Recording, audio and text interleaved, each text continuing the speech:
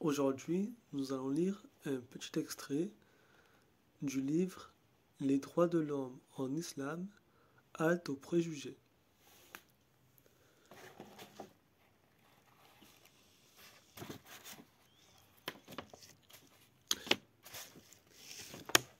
Chapitre Les droits des autres créatures, telles que les animaux. Les droits des animaux. L'islam ne s'est pas contenté de garantir les droits de l'homme, il a également pensé aux animaux et leur a donné les droits dont la violation peut conduire son contrevenant en enfer. Parmi ces droits, citons petit 1. Leur donner à manger et éviter de les priver de nourriture et de boisson jusqu'à la mort. Le prophète, paix et bénédiction de Dieu sur lui, dit: une femme avait martyrisé une chatte en l'enfermant et la laissant mourir de faim. À cause de cela, cette femme alla en enfer, parce qu'elle ne l'avait ni nourrie, ni fait boire. Quand elle était enfermée et qu'elle ne l'avait pas laissé non plus manger des insectes de la terre. Petit 2. Être bon à leur égard, et éviter de les torturer ou leur faire souffrir en les surchargeant, passant à côté d'un chameau qui s'était affaissé. Sous les poids de sa charge, le prophète, paix et bénédiction de Dieu sur lui, dit: craignez Allah vis-à-vis de ces bestiaux qui ne parlent pas.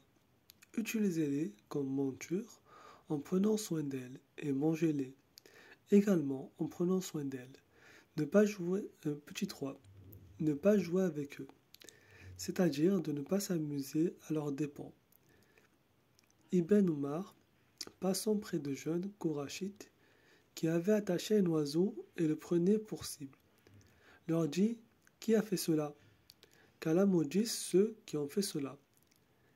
Car j'ai entendu le messager d'Allah, paix et bénédiction de Dieu sur lui, dire: maudit soit celui qui prend un être vivant pour cible. Petit 4. Ne pas les mutiler. Car le prophète, paix et bénédiction de Dieu sur lui, dit: maudit soit celui qui mutile les animaux. Petit 5. Ne pas les effrayer, ni leur faire du mal, ni les terroriser. Abdurrahman ibn Abdullah rapporte que son père a dit: alors que nous étions avec le messager d'Allah, paix et bénédiction de Dieu sur lui, au cours d'un voyage, il se retira pour faire ses besoins. C'est alors que nous vîmes un guêpier, accompagné de deux petits. Nous prîmes ces deux petits, et le guêpier vient vers nous. Il se mit à agiter et étendre ses ailes. C'est alors que le prophète, paix et bénédiction de Dieu sur lui, revient et dit: qui a affligé cet oiseau en prenant ces petits? Remettez-lui ces oiseaux-là. Il vit aussi une fourmilière que nous avons brûlée et demanda: qui a brûlé ceci? C'est nous, répondîmes-nous. Il ne sait qu'au Seigneur du feu de punir à l'aide du feu, dit-il. Petit 6.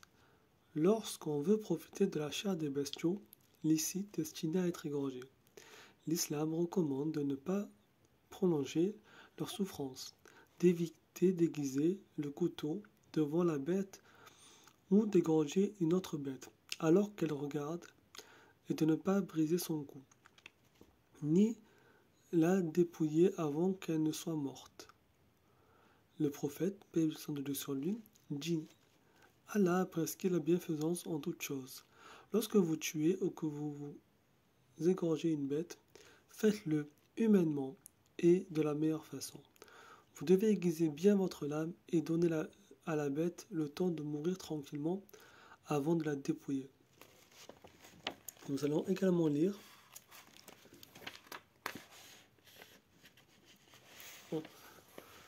l'islam a cependant permis de tuer certains animaux et insectes dangereux pour l'homme afin de préserver sa vie qui a une prééminence sur celle de ces animaux, car il est plus noble que ces bêtes auprès d'Allah. Si telle est Si tels sont donc les droits des animaux dans l'islam, que dire alors des droits de l'homme qu'Allah a préférés à toutes ces autres créatures et honorés? Certes, nous avons honoré les fils d'Adam.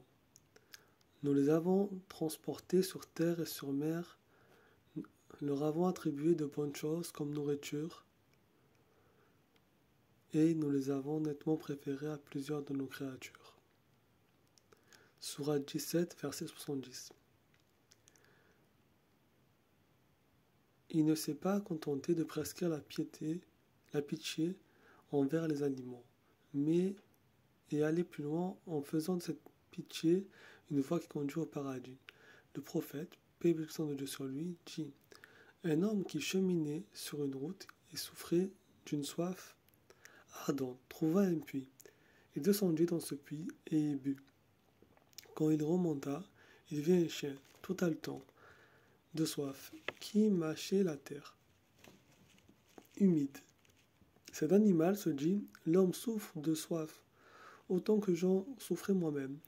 Alors, descendant dans le puits, il remplit sa bottine d'eau et en abreuva le chien. Allah lui sut agré de son acte. Il lui accorda le pardon de ses fautes. Ô envoyé d'Allah, s'écrièrent les assistants, aurions-nous une récompense pour ce que nous ferons pour les animaux?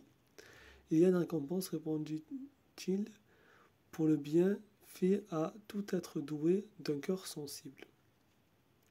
Nous allons également lire les droits des arbres et des plantes. L'islam a permis de tirer profit des produits des arbres et des plantes. En les consommant et a interdit de les couper sans besoin ni nécessité. Il ordonne plutôt de les préserver et de contribuer à leur développement et leur multiplication. Le prophète dit: si l'heure du jugement dernier sonne, alors que l'un de vous a avec lui une bouture, s'il peut la planter avant de se lever, qu'il le fasse. Planter des arbres et d'autres plantes qui profiteront aux gens est considéré dans l'islam comme un acte de charité dont l'auteur sera rétribué.